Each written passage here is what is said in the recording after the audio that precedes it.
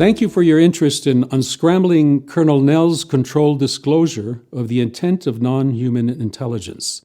I will comment on this unseen elephant in the room by ufologists, the news media, and the faith-based community. My name is Kelly Barbey. I'm Swiss and a former managing director of a Swiss investment bank.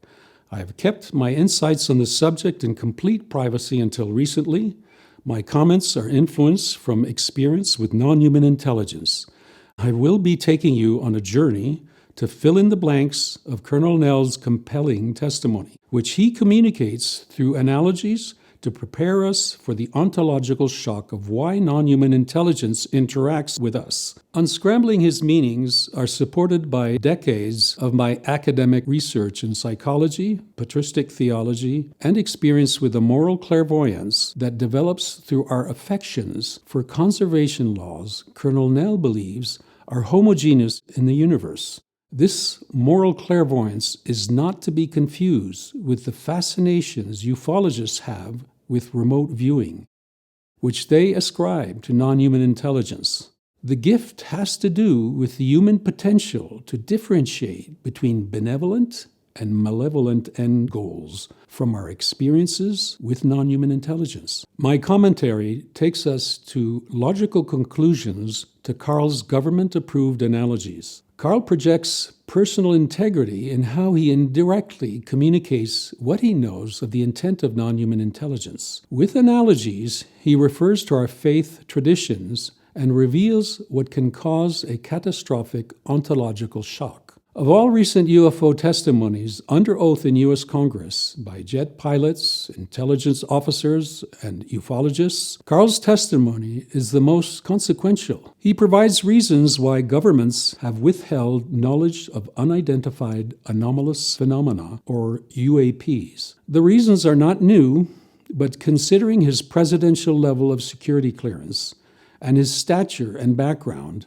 his testimony is the most credible. He confirms unelected people in government, called the legacy group or gatekeepers by ufologists, are aware of the danger disclosure can cause to the ego integrity of our identities. He discloses correlations between non-human intelligence and our Judeo-Christian faith traditions, recommending that we focus upon them with devotion. Alex Klotis starts the interview with Karl by asking him why we should care about what he says. So Karl provides his credentials. I had a four-year ROTC scholarship to Penn. I graduated with a degree in electrical engineering. The Army sent me overseas to do signal corps engineering projects, so I did a lot of strategic comm projects in Europe. I ended up working in Army Space Command. I commanded a satellite ground station, war trace to the Joint Chiefs. I spent some time at Wright-Patterson Air Force Base. The Army ultimately sent me to get a master's in mechanical engineering, a master's in strategic studies, graduate work in computer science. I was on track to stay in, but I decided that I wanted to pursue more of a technical career. So I got out and ended up working at Bell Labs, which was a fantastic place. Unfortunately, I was there during the trivestiture that folks may be familiar with, where the company got split up. I left Bell Labs and ended up working in Lockheed Missiles and Space. I worked at Northrop Grumman. I've ran strategic technology programs in the defense industry, worked for a lot of the three-letter agencies, ultimately was a deputy chief of staff, or deputy CTO for a $2 billion company. Many ufology commentators believe Bell Labs, Lockheed, and Northrop Grumman are reverse engineering UAP technology. The investigative journalist Ross Coulthard explains the company Karl intentionally omits to name collaborates with the Defense Intelligence Agency that operates the government's foreign material program for reverse engineering UAP materials. I was a vice president general manager of a Northern Virginia-based R&D firm. I stayed in the military, in the reserve. I commanded at every grade level through brigade. I was fortunate to stand up the Army's newest expeditionary MI brigade. I was the deputy chief of staff for a combatant command. Ultimately, this experience sort of combined to give me the opportunity to come in and advise Army Futures Command, the largest reorganization in the Army Reserve since really 1973, on how the Army could be more effective. And my last assignment was involved with the UAP task force, which maybe is the most apropos for this discussion. Karl has advised the Army Futures Command on becoming more effective, which was the largest Army Reserve reorganization since 1973. I can't conceive of a higher reason to merit a presidential level of national security clearance to give Karl the credibility he needs to testify what the government knows of non-human intelligence, in addition to his assignment to manage the UAP task force. And so, Karl, here's the million-dollar question. Do you believe that a higher form of non-human intelligence has visited this planet? Right. So non-human intelligence exists. Non-human intelligence has been interacting with humanity. This interaction is not new, and it's been ongoing. And there are unelected people in the government that are aware of that. Karl reveals what ufologists already know exists, but are unaware of their intent. This long history of government knowledge of interactions by non-human intelligence is corroborated from a variety of sources. One source, other than the Bible, can be found in the 2010 book Wonders in the Sky by Chris Albeck and Jacques Vallée. The historical data of their interactions is compelling and dates back to 1460 BC. Ufologists refer to these unelected people as the legacy group or the gatekeepers. Consistent with the decisions of every elected U.S. president to date, the legacy group believes public knowledge of the intent of non-human intelligence is too threatening to the cohesion of society to disclose. Giving security clearance for this knowledge to transitory elected politicians, other than the president, is believed too high a risk for leaks. And so, Karl, that is quite a bold statement. I'm wondering, and I'm curious, how confident are you that that is true? There's zero doubt. And Karl, what evidence have you seen? What was the moment where you developed this level of conviction? Because what you're saying is extremely consequential and very important. And I know that a lot of people here, even perhaps, may not believe that statement. Karl cannot answer this question. He has not been cleared to disclose such evidence. It may also reveal his involvement with reverse engineering alien technology. Karl's mission at SALT is controlled disclosure. He is authorized to prepare the audience with what he knows by means of analogies. He is not authorized to be explicit, so he responds to the evidence questions by quoting other highly credible witnesses.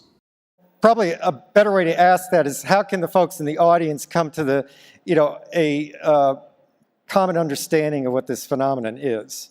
And so there's sort of two tracks here. One is from first principles, and another is actually from the data. So let's take a look at the data.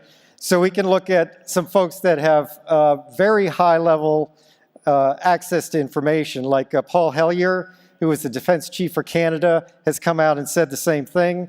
We can look at Ham Eshed, the head of Israel's, or former head of Israel's Space Force, has said the same thing.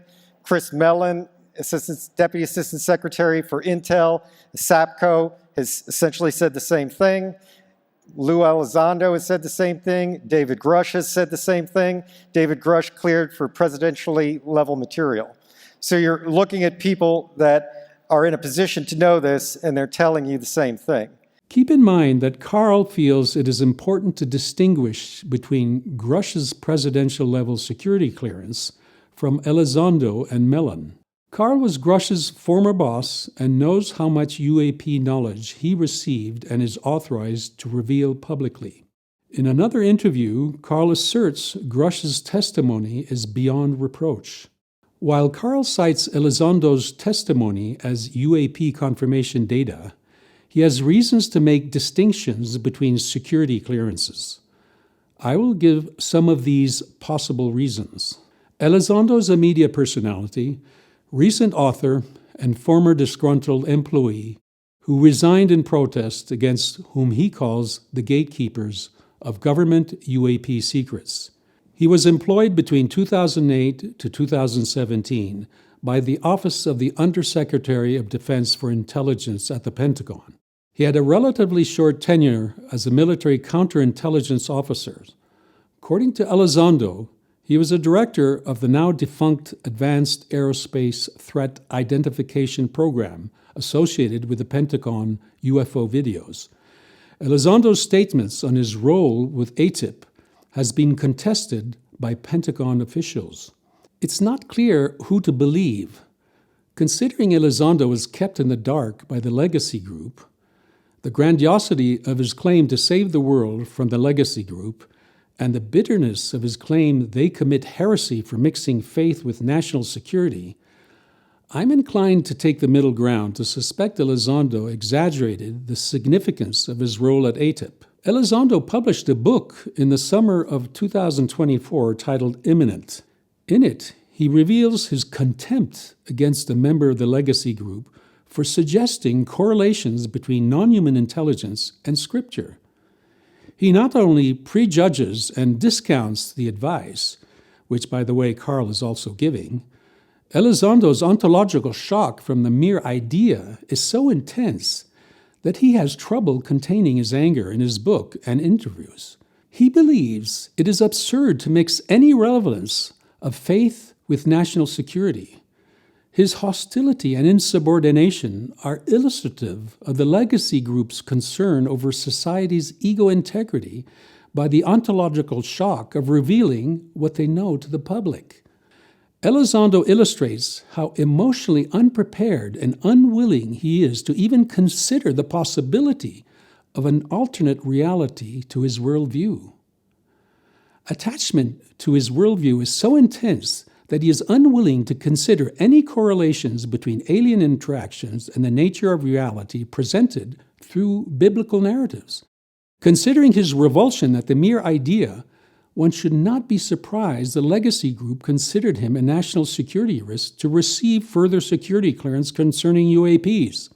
The Legacy Group's concerns were further confirmed in 2017 when Elizondo chooses to quit his job in protest and subsequently promoted himself as a media personality with his grandiose vision of defending the people's right to know. He crusades for his own faith agenda against the Legacy Group's concern over societal chaos. He claims UAPs are a military threat and consequently a national security concern. He makes such claims while admitting he has no knowledge of their intent. In fact, without providing any evidence of a hostile alien intent, to the contrary, such aliens for millennia have shown an extraordinary moral self-restraint from overtly interfering with our evolution. Even Chris Mellon, whom Elizondo praises in his book, recently distanced himself in an interview from Elizondo's demonization of the Legacy Group's long-held secrecy on UAPs. Elizondo's demonization of the Legacy Group has influenced much of the ufology community. After quoting the testimonies from Paul Hellyer, Haim Eshed, Christopher Mellon, David Grush, and Lou Elizondo as data, Karl then moves on to the data from elected politicians who have asserted interest to assess UAP knowledge withheld by government. You could take a look at the Gang of Eight in the Senate and in Congress. So there's two members of the Gang of Eight, Marco Rubio and Senator Chuck Schumer, that signed up to the UAP disclosure amendment last year that basically said they're not being told the truth and we need to push forward on that. Karl appears to favor expanding the Legacy Group's UAP knowledge to elected politicians.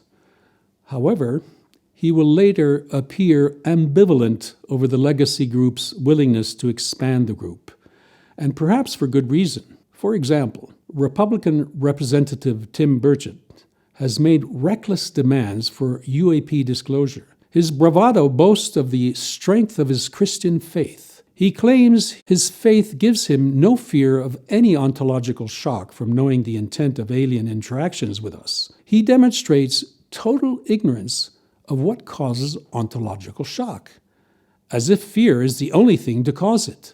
I just quoted Elizondo's seething anger to a different worldview to his own. Without evidence, Burchett makes the extraordinary claim that his constituents have no such fear. He assumes omniscient knowledge of his constituents' resilience and ego integrity to just peacefully adjust to the ontological shock of a different worldview to their own from full disclosure. Despite the claim to be a Christian, Burchett appears to have forgotten his biblical teaching of what ontological shock did to Cain, who kills his brother after discovering Abel was favored by his maker.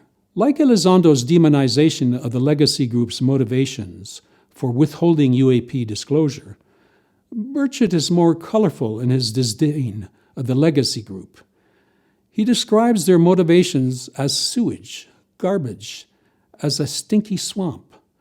Like the biblical narrative of Cain's unlimited sense of entitlement, both Elizondo and Burchett have grandiose views of themselves versus the legacy group's sense of responsibility to defend the nation from all types of threats, foreign and domestic. These two characters place themselves above the decisions made by every elected U.S. president to date, who refrained from disclosing their knowledge of UAPs to the public. When you compare these two characters with Karl's more prudent and measured approach to UAP disclosure, perhaps it is easier to understand why the legacy group limit their knowledge on a need-to-know basis. People with limited resilience to ontological shock to their worldview may be the source of leaks which any responsible government should seek to prevent from precipitating a catastrophic disclosure. So Karl now prepares the audience with how likely it is for an advanced civilization to be present in our environment and why the government has withheld such knowledge from us.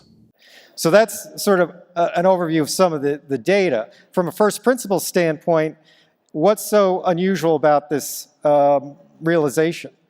There's billions of stars in the galaxy. Life here evolved in 500 million years, which is basically a blink of an eye. We've found planets around every star that we've looked at. It's likely that the universe is full of life. If you look at the SETI program in particular, the SETI program has all the same assumptions that you would accept and probably make with respect to this topic, except that they believe that non-human intelligence is transmitting signals here. But at the same time, like, we're not transmitting signals. SETI doesn't transmit signals. And the only signals that are actually broadcast of high enough power into space for somebody to pick up come from broadcast television and ballistic missile early warning systems, which you could argue our technology is moving away from. We're going to satellite, we're going to fiber. Broadcast TV is a thing of the past. And if you get to some state where society is stable, maybe we don't need ballistic missile early warning systems. So the other guy is probably not going to transmit. But what the other guy may do is come here if that's possible to do. And there's physics models that suggest that may be possible. And Karl, I mean, what you're saying is extremely consequential, and you've referenced other people that have said the same thing that also have similar credibility. There's similar reasons for why we should believe many of these folks, yet the government itself has not formally disclosed. They've been very reluctant to do that. Why? Why do you think that is? So there's 6 basic reasons, and this, again, you could draw this out from first principles. There's a national security reason. There's the lack of a plan. There's the potential for societal disruption. There's the possibility that there's some non-public agreement. There's the potential for misdeeds and the desire to cover up misdeeds. And there's just the basic organizational intransigence and lack of priority that might be associated with the topic. So all these things are factors. The issue is that really the national security issue subsumes all the others. To subsume means to include or place within something larger or more comprehensive. Karl introduces that it is the national security concern that subsumes all others. He will introduce societal disruption as the main national security concern. In other words, it is the discovery of the existence, the origins and the purpose of alien interactions that is the threat that can disrupt the ego integrity of society. The purpose of alien interactions with humanity is the elephant in the room that ufologists and so many others do not acknowledge. I refer to a few UAP aficionados who have come to my attention, like the investigative journalists Ross Coulthard, Lou Elizondo, Jacques Vallée, Gary Nolan, et al. They do not see the elephant because the longings of their souls to understand have not yet turned into what Karl suggests is discovered by means of our faith tradition. Correlations between our faith tradition and the presence of non-human intelligence can be found from feeling and identification with the biblical experiences. The biblical end goal of developing purity of heart for our souls is found through communion with the biblical experiences. The attention spans of ufologists are short and singularly focused on the phenomenon due to their attachments to patterns that fall within the confines of their empirical worldview. Jacques Vallée is an internet pioneer, computer scientist, venture capitalist, author, and ufologist. He was portrayed as the French investigative ufologist acted by François Truffaut in Steven Spielberg's movie Close Encounters of the Third Kind. He was hired by Spielberg as a consultant and influenced him to make Richard Dreyfuss the hero of the aliens because he wins a race of natural selection to be the most obsessive-compulsive narcissist to remote view a mountaintop. He is incapable of compassion for his family's inability to understand. Unfortunately, Jacques Vallée has a disproportionate influence on the UFO community, which encourages this obsession with remote viewing, psychic abilities, and focus on alien technology. The conversations of UFO aficionados are bereft of moral clairvoyance associated with their interactions with us. Gary Nolan, a ufologist and American immunologist at Stanford University, is one of Vallée's mentees. Contrary to the attention spans of the UAP aficionados, Karl refers to the significance of our Judeo-Christian faith traditions that can enable an understanding of the moral elephant in the room. He believes our faith traditions can assist understanding the phenomena of non-human intelligence. In these Christian traditions, we must believe the moral elephant exists in the room to understand the presence of the phenomena, which progressively changes our consciousness through a desire to grow in wisdom that gives discernment of the moral meaning of their presence. This is what Elizondo and so many others resist to acknowledge. Desire to see the moral elephant comes from trusting an inward feeling of its presence that cannot be discerned and understood merely from outward appearances. The human desire to understand our Maker and ourselves comes from an inward sense of a missing relationship. The object of our attachment and affections will define the quality of its nature and extent we have identified with what is missing. We are endowed with a conscience and free will to see or reject what we sense from our feelings. Ontological shock occurs from the difference between reality and the current state of development of our belief systems. These belief systems provide our sense of existence in the world. In the Judeo-Christian tradition, there is a recognition of gracious affections for our Maker consistent with the nature of reality and its conservation laws in the universe. These gracious affections do not mix with our self-centered motivations. They are affections orientated towards life instead of the entropy and death of the narcissistic inclination. Gracious affections do not seek to impose attraction upon themselves like the predominant narcissistic motivations in our cultures. Our affections for our Maker are wooed on us through personal experiences, and often under painful circumstances most of us seek to avoid. So Karl now briefly shifts to address the potential benefits from non-human technology and how it could be publicly shared without presenting a military threat to national security. And so there's an opportunity maybe to contract the national security issue, similarly to what was done with nuclear weapons and nuclear energy, such that nuclear energy is not necessarily classified and is available to the public. Karl suggests a similar approach to sharing alien technology, which from a military perspective would not pose a threat to national security. However, deciding which alien technology to release is not the difficult decision. The difficult decision is not knowing how to manage societal disruption from revealing the intent and purpose of the interactions of non-human intelligence. How much do you disclose without causing a catastrophic disruption to the cohesion of our worldviews that are already fragmented against each other?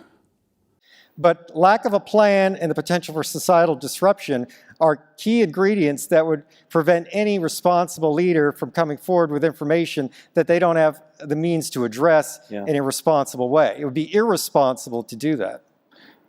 Karl reverts back to his main national security concern of societal disruption from knowing not only that non-human intelligence exists, but knowing the greater ontological shock that they have been interacting with us with an intent towards our species. Such knowledge is the national security threat that outranks and subsumes all other foreign and domestic threats.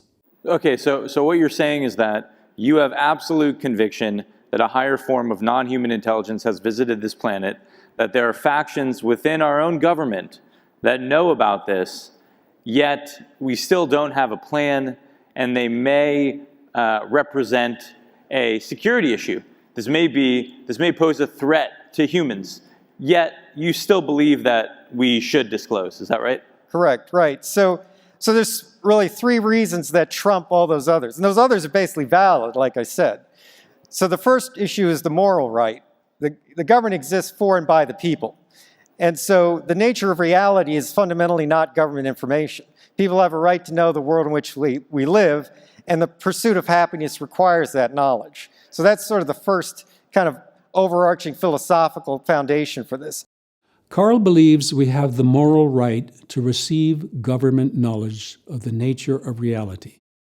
But he will later argue an alternate moral context exists that justifies withholding this knowledge.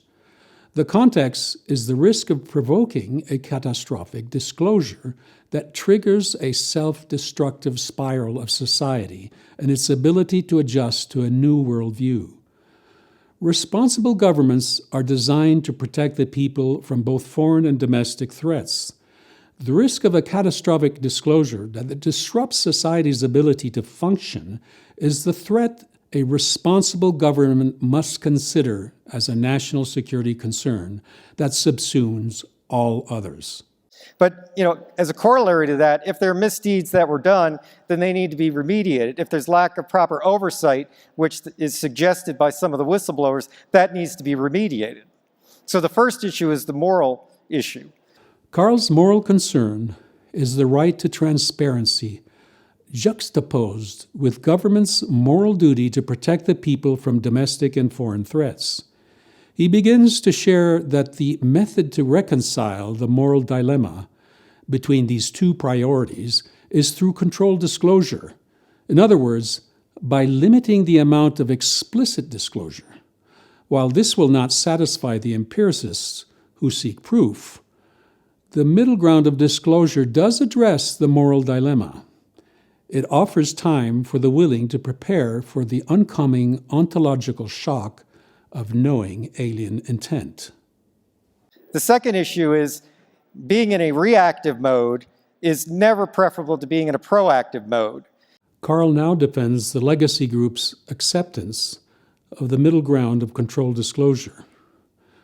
The proactive motto is to prepare a greater number in society to become more resilient to an ontological shock to its worldview. This means disclosure is done indirectly through hints, tropes, allegory, and metaphors that hide the plain meaning, thereby reducing the overt truth that shocks. This can also be achieved progressively through controlled leaks from whistleblowers.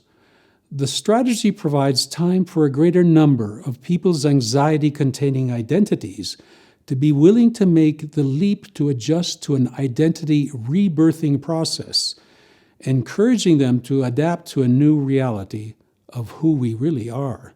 Consider that the father of quantum theory, Max Planck, encourages us to consider that our struggle to understand the physics of the universe is we ourselves are a part of the mystery we are trying to solve.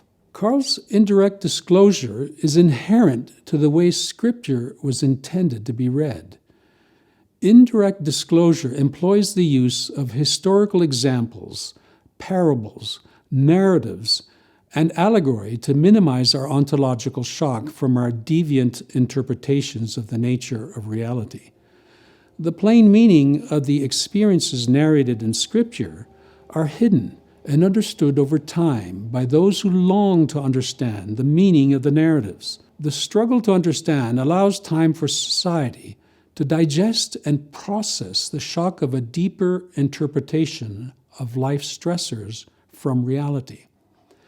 Scripture was not intended to be read like the information of a recipe for baking a cake. Scripture's experiential discipleship type of development through indirect disclosure was well understood by the Hebrew scribes, the church fathers, and Christian monks. They applied these indirect experiential teaching methods in the way Scripture was intended to be read.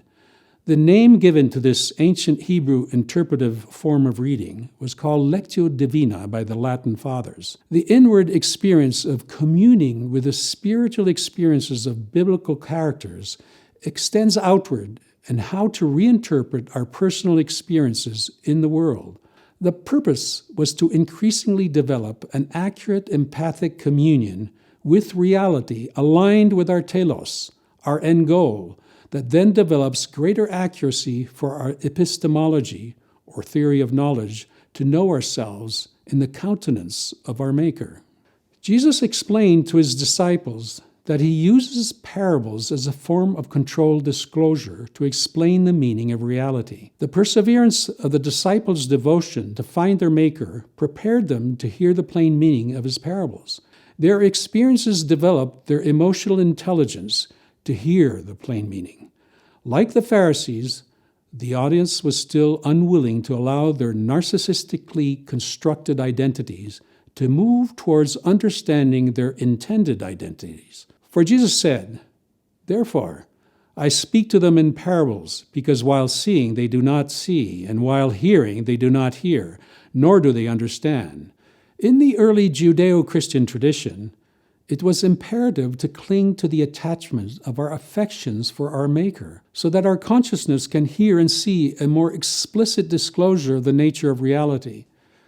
It is why the first commandment was given to overcome the limitations of our own perceptions of who we are. Communion with the first commandment inevitably flows into experiencing accurate empathic affections for our neighbor in the second commandment, which equally applies towards ourselves for the sake of our Maker.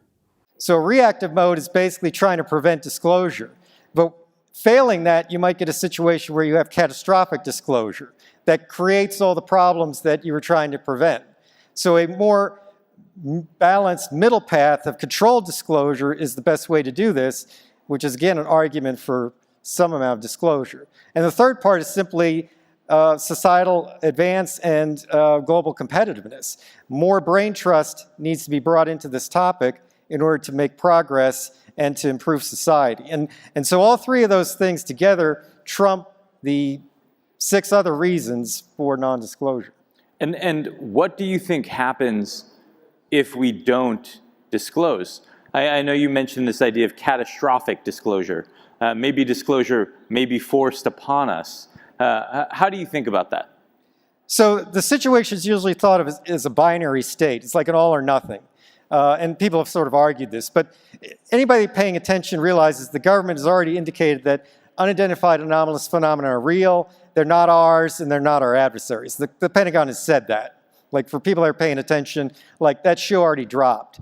So for a lot of people, they think that the second shoe to drop is, this is non-human intelligence, and maybe the conversation stops there. Like, the president comes out and says, there's non-human intelligence. The truth is that that will precipitate this crescendo of other questions that maybe the government's not ready to answer, that will court, if not precipitate, potential negative ramification for society. So if the government admits aliens are interacting with us since the dawn of humanity, it would trigger questions about their intent. Karl suggests the answers could precipitate negative ramifications for society, perhaps because most people would not like the answers. For example, if we hypothesize alien intelligences are moral agents who coordinate a Judeo-Christian version of Darwin's natural selection, then what kind of self-destructive behavior can we expect from the people who feel excluded from the selection? The outcome did not turn out well when Scripture reports that Cain kills his brother Abel. Cain felt entitled to the affections of his maker expressed towards his brother in Genesis. Perhaps the prophetic parable will make more sense when we consider the Cain phenomena as the weeds must grow together with the good seed until the harvest is ready. Otherwise, the good seed would be uprooted with the weeds. Scripture is filled with recorded examples of civilizations that self-destruct from within, with only a remnant being spared due to the narcissistic entitlement motives of the many. Humanity is not ready, is what the aliens said according to Haim Eshed, the Brigadier General of the Israeli military intelligence. Karl's next advice will be that we devote ourselves to our faith traditions. What other reasons could he have other than to prepare the resilience of as many as possible to feel included in what is to come? Our Judeo-Christian faith traditions have a remote view of our future culmination through Jacob's ladder. His evolutionary ladder portrays a form of natural selections of our species in Genesis. As the Led Zeppelin song goes, Stairway to Heaven, there's still time to change the road you're on. Jesus himself speaks of such a selection administered by his angels in Matthew. Let both grow together until the harvest. At that time, I will tell the harvesters, first collect the weeds and tie them in bundles to be burned. Then gather the wheat and bring it into my barn. He even goes further and details what the harvest is about and who will do the harvesting. He says, the field is the world, and the good seed represents the people of the kingdom. The weeds are the people who belong to the evil one. The enemy who planted the weeds among the wheat is the devil. The harvest is the end of the world, and the harvesters are the angels. Is this the nature of reality the legacy group does not wish to disclose, that could risk a societal chaos of biblical proportions? Karl then proceeds to give an analogy of ontological shock that led to the destruction of known past civilizations in our history. And so as an example of this, I would actually point to something from the ancient past, the Bronze Age collapse. So Eric Klein, Princeton University, 2015, wrote a very interesting book called 1177 BC, the year that civilization failed. And so this is well known to current scholarship. Within a single lifetime, all of the very effective ancient civilizations of the Bronze Age failed due to a confluence of reasons that are not necessarily fully understood today. So we're talking about Egypt, the Hittite Empire, the Minoan Empire, the Manasseh Empire, the Babylonian Empire. All these civilizations failed, never to return, other than, let's say, Egypt. And so these were highly sophisticated civilizations with highly developed infrastructures, highly developed administrative states. They were globalist, in a sense, very similar to today in terms of the known world, the known Near East. They were economically interdependent. They had both diplomatic ties and commerce ties. And yet these civilizations failed in a single lifetime because of stressors that these civilizations collectively could not address within the time frame. And so if we look at our society today, one might argue that it's similarly fractured, similarly under economic stress, similarly under cultural stress as well, fractured and fragile diplomatic situation. It mirrors very much this scenario. Yeah. And so for a responsible decision maker, that is certainly a factor. And so I guess when you say that, are you implying that perhaps we as a society may not be ready for disclosure? Or are you saying that we may not be able to defend ourselves against this other force? So there's sort of different viewpoints on, whether people are ready to, deal with this phenomenon. And, popular culture is kind of infused with this stuff. Roswell became a meme a long time ago. We got programs on ancient aliens, Skinwalker Ranch, all this stuff. I guess I would draw an analogy, though, for people believe in a certain faith tradition, whatever that faith tradition is, and hold to that and subscribe to that in a very serious and devout way. Karl now comes to his main goal of recommending us to develop our resilience to ontological shock from seriously devoting ourselves to our faith traditions. This should not surprise those who already practice them with devotion. Examples of developing resilience to ontological shock can be found in the lives and motives of the people narrated in Scripture.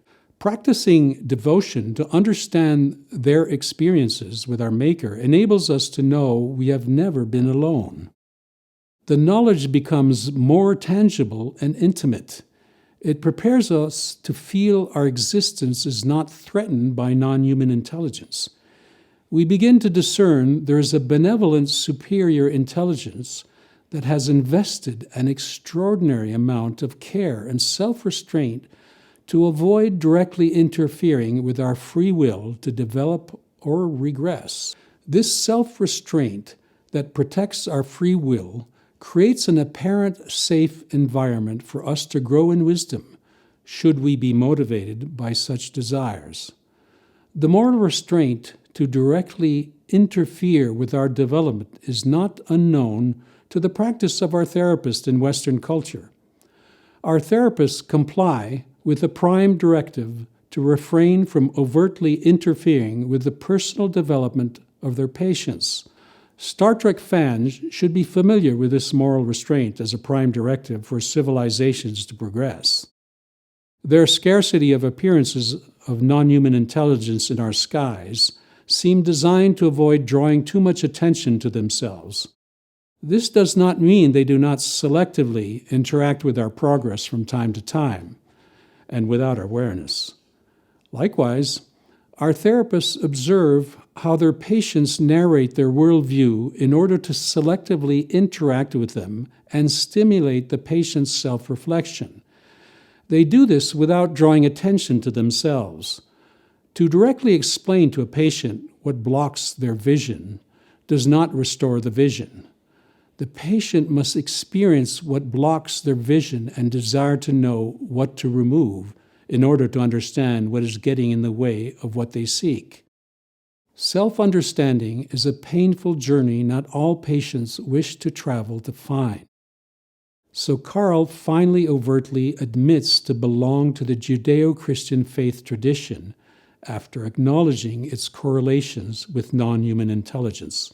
And sort of pose the question, even for folks of that ilk, and I would count myself as one, if you're confronted with the reality of your religious belief system, like the reality of the metaphysical, an angel, a messenger from God, what have you, that's going to be a sea state change in your way of dealing with reality, right? Even though you already believe it.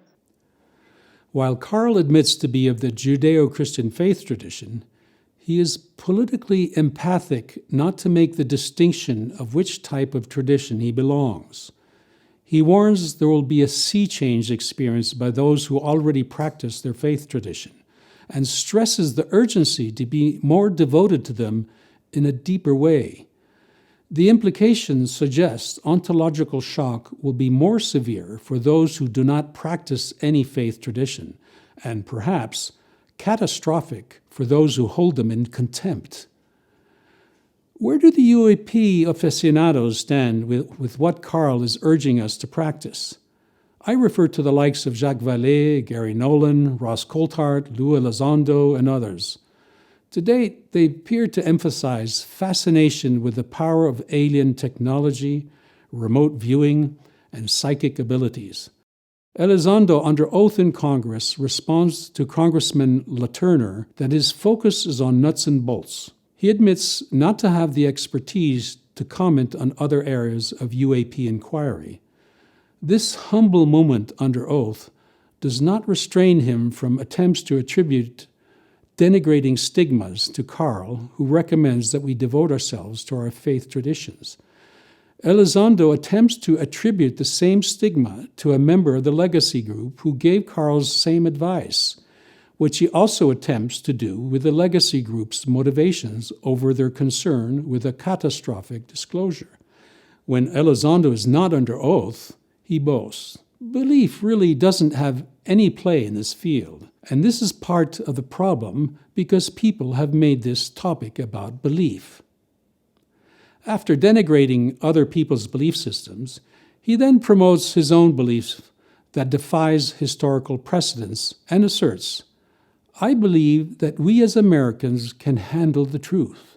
His hostility towards the concern of his superiors in the military sealed his exclusion from any higher security clearance. So in 2017, he resigned in protest for not getting his own way. Now, Gary Nolan is the ufologist I struggle the most to reconcile, perhaps because his apparent innocence of the unknown and the thirst to understand reminds me of the younger brother I always wished I had. I admire his candor, his capacity to think outside the box, his teaching gift, and what comes across as having a common sense and devoted integrity to defend his empirical methods as a scientist. However, he appears so oblivious to any danger from investigating occult phenomena. He asserts his scientific motives provide him immunity from temptation by investigating occult phenomena. Little credence is given to the Judeo-Christian data that pride comes before the fall from naive assumptions to investigate such phenomena. In an interview, he claims to want to study how Satan operates if he exists. To justify his empirical worldview, Gary is unaware or resists admitting that he adopts a Christian worldview that we should learn from our mistakes. Instead, he avoids its origin and prefers to attribute it to Zen Buddhism, which appeared more than 2,000 years after the Abrahamic faith narratives. Learning from mistakes may be a worthy exploration of molecules, cell structures, and understanding failures in human moral judgment. But it can be self-destructive when you purposely investigate fallen interdimensional beings. The self-destruction becomes more likely when you ignore several thousand years of data from testimonies on those who succumb to temptations by their influence. Gary and Jacques Vallée's naivete appear more pronounced when they both testify to evidence that interdimensional beings demonstrate the power to enter into our thoughts and influence the perceptions of our consciousness. On the other hand, if we consider the possibility that the physical angels and non-human intelligence narrated in Scripture are one and the same, then perhaps we can consider and discern that the majority of the angels are benevolent. This would then enable us to be open to consider a benevolent purpose motivating the interactions of non-human intelligence with humanity. Nevertheless, prophetic testimonies from Scripture warn that a third of the angels are fallen and not benevolent. Non-human intelligence has been susceptible to succumb to their own downfall due to temptation and have suffered the consequences of rebelling against the conservation laws of the universe. Scripture reveals these fallen angels have been condemned to dwell among us as fallen interdimensional beings without physical form, and have been allowed to tempt and enter into our consciousness to join in their rebellion. Wisdom would therefore suggest that we proceed with caution and differentiate between benevolent and malevolent interdimensional beings. Similar precautions should be taken to differentiate between our self-deceived narcissistic attractions to collude with a malevolent non-human intelligence from the desires of our spirit to commune with the benevolent ones. Discerning between the two and clinging to the later is what our Judeo-Christian faith traditions seek for us to learn through the experiences narrated in Scripture. Gary's bravado claims he can investigate Satan with the protection of his empirical methods of inquiry without any protection from communion with his Maker. Scripture warns in Jude 1:9 that not even the archangel Michael, one of the mightiest of the benevolent angels, would dare confront Satan without communion with his Maker. Gary believes aliens must be so far more advanced that they likely view him as an ant or an angry monkey. Karl warns it is the significance of the difference between our beliefs and knowing the nature of reality that will cause our ontological shock. Perhaps Gary may be granted his expectations of being perceived as an ant or an angry monkey. The ontological shock he may then experience is to be confronted with the reality of how much he denied himself from being perceived as the beloved of his Maker. On the other hand, if Gary prepares himself to pay attention to the theoanthropology of his inner being and how it correlates with the narratives in Scripture, he may still have a chance to develop some discernment between faithful and fallen interdimensional beings. I had this kind of experience in my mid-20s that took me years to process and understand. It was emotionally painful, but enlightening. With such differentiating experiences, Gary may then be surprised in time to be perceived so much more than an ant. He might then experience a shared communion with the benevolence of these advanced, emotionally intelligent beings. The nature of ontological shock we experience will depend on which kind of motivation we have chosen for the journey to develop our belief. Another astounding deficiency I notice from UAP aficionados is how bereft they are from referring to any moral violations of conservation laws in the universe by our species or in the experiences with interdimensional entities. One would have thought an objective scientist would have at least considered the data from Scripture. I see little effort to explore correlations between the innateness of our human conscience, our free will, and any guilt felt by our species for violating any conservation laws written in our hearts. The UAP aficionados only tangentially acknowledge that our Judeo-Christian faith traditions has a say on the UAP matter, but it appears more due to a reluctant acknowledgement of the evidence of alien interactions with our faith traditions. My emphasis is to fill in the blanks of Karl's testimony. The moral colloquy is needed to prepare our resilience to a catastrophic disclosure of alien intentions towards our species. Gary's effort to set up an activist UAP colloquy, such as the Soul Foundation, is a good start. However, his emphasis seems for a more explicit disclosure to commercialize classified alien technology and to explore occult phenomena he associates with non-human intelligence. Being an idea junkie may open commercial doors, but a new reality also has moral implications. Exploring the moral implications of alien interactions with us does not seem included in his quest, which I repeat is the elephant in the room. The Soul Foundation is co-founded with Peter Skaffish's fascination with animism and other intercultural occult experiences. Jacques Vallée appears to have an excessive influence on Gary's worldview, as well as others, like Diana Pasulka and Paula Harris. These worldviews are orientated towards eclectic alternatives to a Judeo-Christian colloquy on UAPs. Karl referred to the testimonies of Paul Hellyer, Haim Eshed, Christopher Mellon, David Grush, and Lou Elizondo as data. Testimonies from our Judeo-Christian history date back to the prophets of old and is also valid data.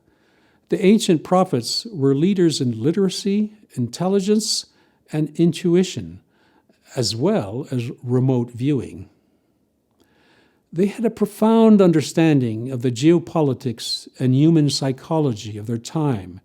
They received insights and the ability to integrate reality by means of a transcendent communion with their Maker, which required an inward personal struggle to understand. Moral affections for their Maker sustained their communion with his conservation laws, which gave them the moral courage needed to adhere to their attachment to his transcendent presence. They persevered in spite of being persecuted for speaking truthfully on the shortcomings of their culture's worldview. The prophets were perceived as fringe, oddities, and feared because of their perceived moral abilities to express accurate empathy towards the context of their time. They were not narcissistically fearful of stigmas and microaggressions for their worldview, which is a concern of the weaker egos of today. Stigmas were part of the job description. The prophets understood the need to record their insights for posterity, often at extreme personal costs from rejection by society's narcissistic defenses. They communicated their discernment through analogies and symbols to reduce ontological shock for their audience, so that the seekers could feel free to digest the nature of reality through communion with their Maker. UAP aficionados are fascinated with the power of extrasensory perception, which they associate with non-human intelligence. They call it remote viewing, a term coined by electrical engineer and parapsychologist Hal Puthoff. Little discussion occurs on the necessity of moral maturity to practice such powers. In our Judeo-Christian faith tradition, these powers were not intended as an object of fascination to gawk at their own sake. In our current primitive state of moral development, imagine how self-destructive we would be if we could read each other's thoughts. Scripture reveals the purpose of such gift is intended to express accurate empathy with our Maker and each other in the context of our lives. A biblical example is found in the Gospel of John, when Jesus saw Nathanael approaching. He expressed accurate empathy for Nathanael's real identity. He said, "Here truly is an Israelite in whom there is no deceit." Nathanael responded, "How do you know me?" Jesus answered and said, "Before Philip called you, when you were under the fig tree, I saw you." Nathanael was shaken to the core from this remote viewing of his true character when he had stood next to the fig tree in a state of contemplative self-reflection. Nathanael attributed such insights to a divine communion with God. The Hebrew word for such remote viewing is chesed, which is poorly translated in English with the word mercy. I had to borrow the meanings from psychoanalytic psychology to better describe the fullness of this word chesed. To describe it, I came up with advanced, accurate empathy, emotionally charged with affection to whom it is directed. So Karl continues with his most profound statement. Right, so it's one thing to believe and it's another to know. And I think in this context, this phenomena has the potential for an analogous effect both on the individual and on society. Adjusting from believing to knowing does not happen overnight. It is progressive, and the difference between the two will be the degree of ontological shock experienced. Experiential knowledge develops over time in a person's inner being and requires time of preparation to adapt to a new reality. So Karl continues to prepare us for the effects of ontological shock when we are confronted with the reality of our religious belief systems, like the reality of the metaphysical, an angel, or a messenger from God. It will be a sea-state change in the way we deal with reality when we are confronted with the enforcement of conservation laws. Until Alex interrupted his train of thought, Karl seemed to wish to clarify why some of us may not experience the new reality as altruism.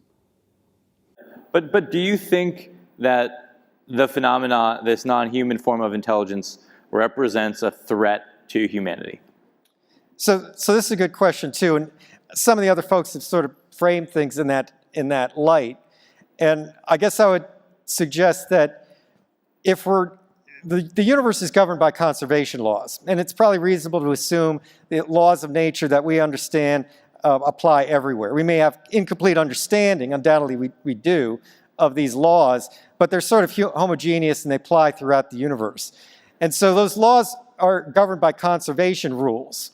There's conserved quantities. And so this reality really forces a Darwinian-type competition in order to survive. And so it's reasonable to assume any other civilization that's evolved has come up through the same Darwinian evolutionary process. So I think it's naive to expect complete altruism until and unless you get to a state of post-scarcity, where you essentially have no physical needs that we're kind of encumbered with in this universe. And so in some sense, it's the economics of the future that are going to determine whether there's cooperation, competition, or some kind of symbiosis, and inform the intention. But to assume either malintent or complete altruism, I think, is somewhat naive. So Karl opens the door to the possibility of both benevolent and malevolent interdimensional beings. However, he carefully says some of the other folks have framed non-human intelligence as a threat. He excludes himself from such fears. Perhaps he feels protected from communion with his own faith tradition. He introduces that conservation laws likely exist and regulate the universe. Therefore, our survival likely depends on whether we comply with them. The nature of these laws may provide indications of when these interdimensional beings are a threat to our existence. In physics, conservation laws state the property they measure in a system is a constant, which does not change as the system evolves over time. In the case of moral conservation laws, we have historical precedents communicated to Moses by his creator intended as a constant with the Ten Commandments. The constancy of the laws measure the people of Israel's willingness to meet the standards of their Maker. The conserved quantity applies to those who meet the moral standards of the laws. Those who do not, over time, are condemned to their own self-destruction by a process of divine natural selection. Karl uses the analogy of Darwin's concept of natural selection to prepare our understanding of the potential consequences for violating these rules in the universe. He says it is reasonable to assume other civilizations have gone through similar competitive processes of natural selection, which he states are likely homogeneous throughout the universe. His answers on the threat question on the surface appear vague. This may be by design, in order to avoid the ontological shock from further disclosure of alien intentions.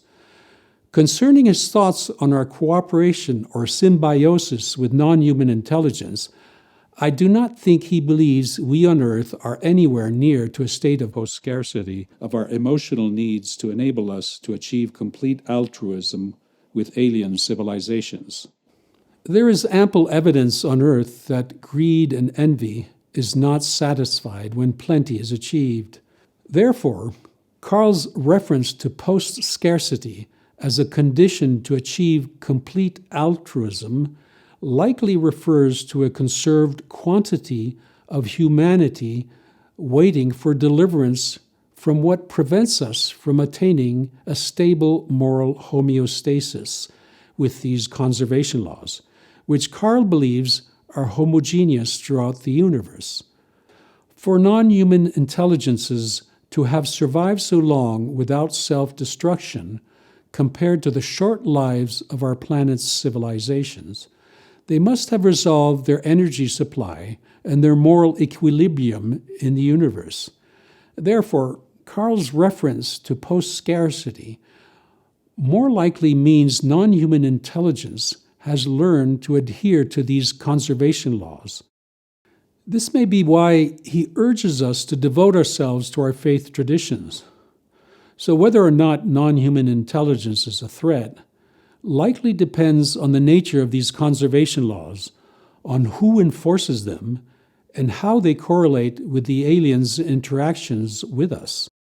If some of these non-human beings are moral agents who enforce the conservation laws and seek to salvage a conserved quantity of people who attain the required moral threshold of adherence to these laws, then perhaps those who are excluded will perceive the benevolent aliens with the conserved quantity of people and the conservation laws as a threat to their existence. Societal chaos and persecutions would likely occur.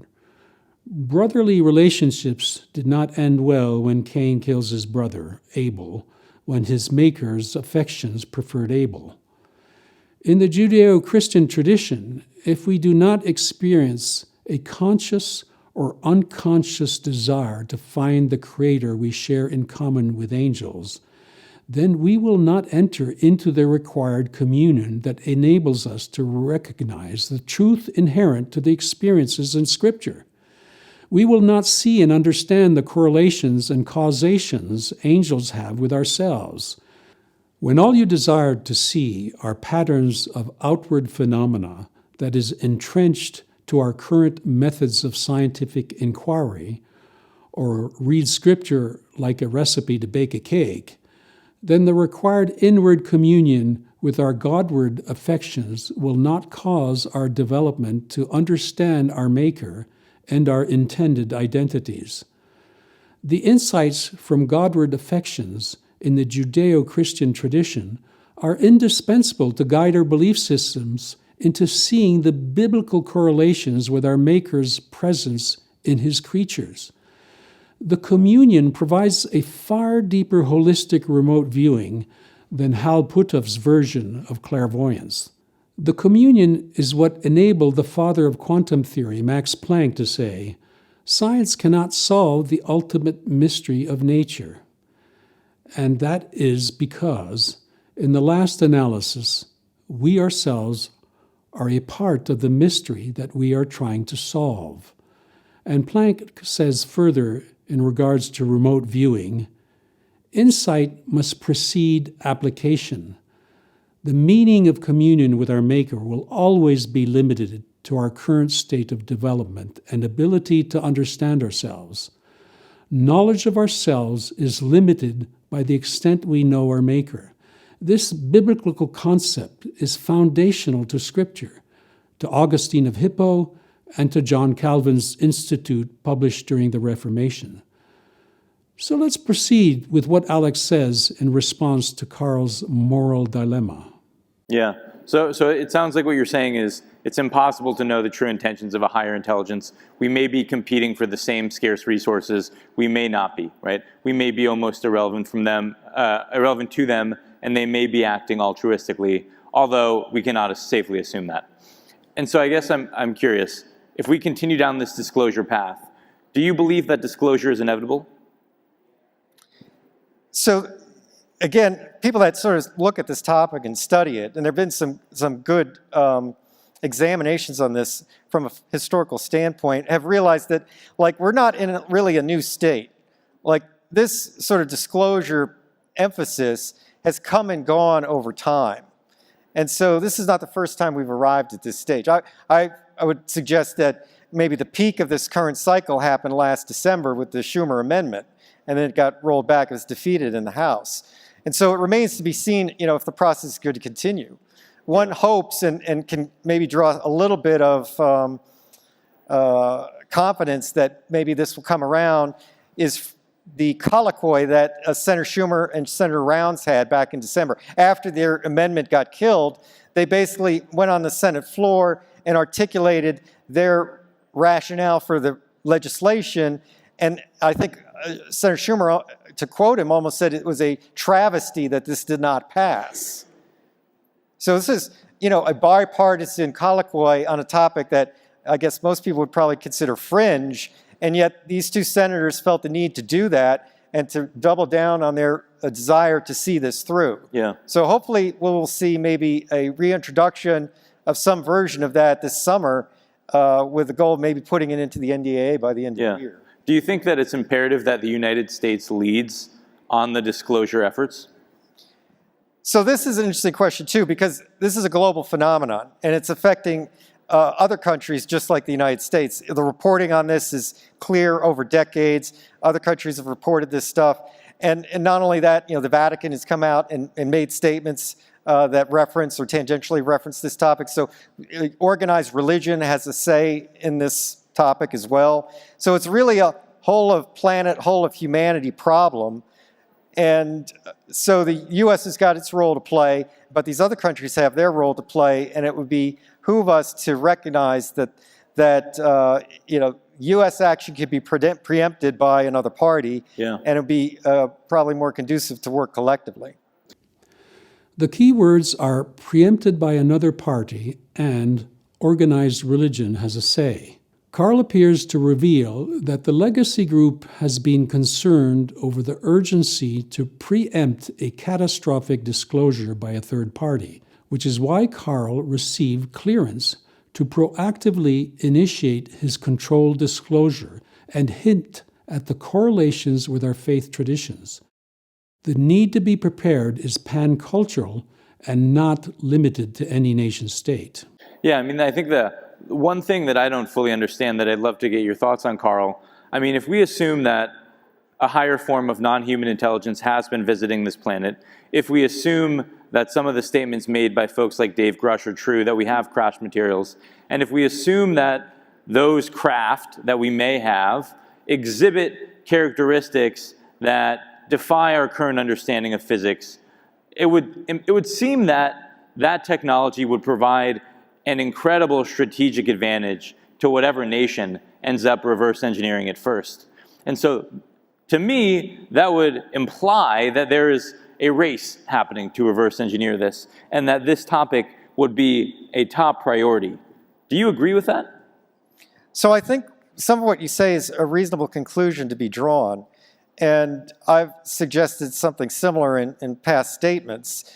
The point here, though, is to go from a pre-disclosure to a post-disclosure world, maybe two stable states that are separated by an unstable middle ground. And so how you make that transition, again, bespeaks to the concern about this catastrophic disclosure. And this has come up in sort of arms regulation too. Mutually assured destruction, however much we don't like it, is sort of a stable kind of geostrategic regime.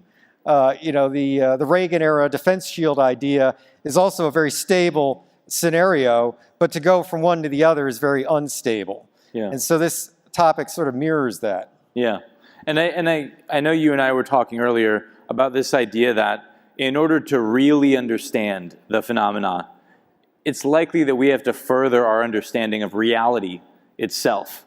And I guess I'm wondering, I can imagine a future where we acknowledge and we know that there is a higher form of non-human intelligence, yet we still don't truly understand the phenomena. We still don't truly understand reality. And so I guess I'm wondering, do you think that we'll ever truly understand what's going on? Or if part of the game, part of the journey, part of life itself is operating in an environment where at least part of it is fundamentally unknowable to us? So it's a totally philosophical, epistemological question, right? Really about the nature of knowledge itself, right? Like, how can we know what we know, and how can we be sure about what we know? I guess personally, I subscribe to the idea that there is an ultimate truth, and that humanity, being created in the image of a higher power, is endowed with the quality to pursue an understanding of that. And so our part of our objective in this existence is to seek that out and try to understand that ultimate truth to a greater and greater degree. And this would be a component of that, obviously. Yeah. In Karl's closing statements, he reasserts the significance of the theoanthropology of our Judeo-Christian faith tradition, which asserts we are created in the Trinitarian image of the consciousness of our Maker. Karl is quoting Genesis 1:27, where God reveals himself as three persons who are one consciousness. Karl subscribes to the ultimate truth that we have been endowed with the capacity to grow in the understanding of our existence in the presence of his consciousness. Knowledge of his presence and of ourselves occurs through clinging to communion with the nature of who he is.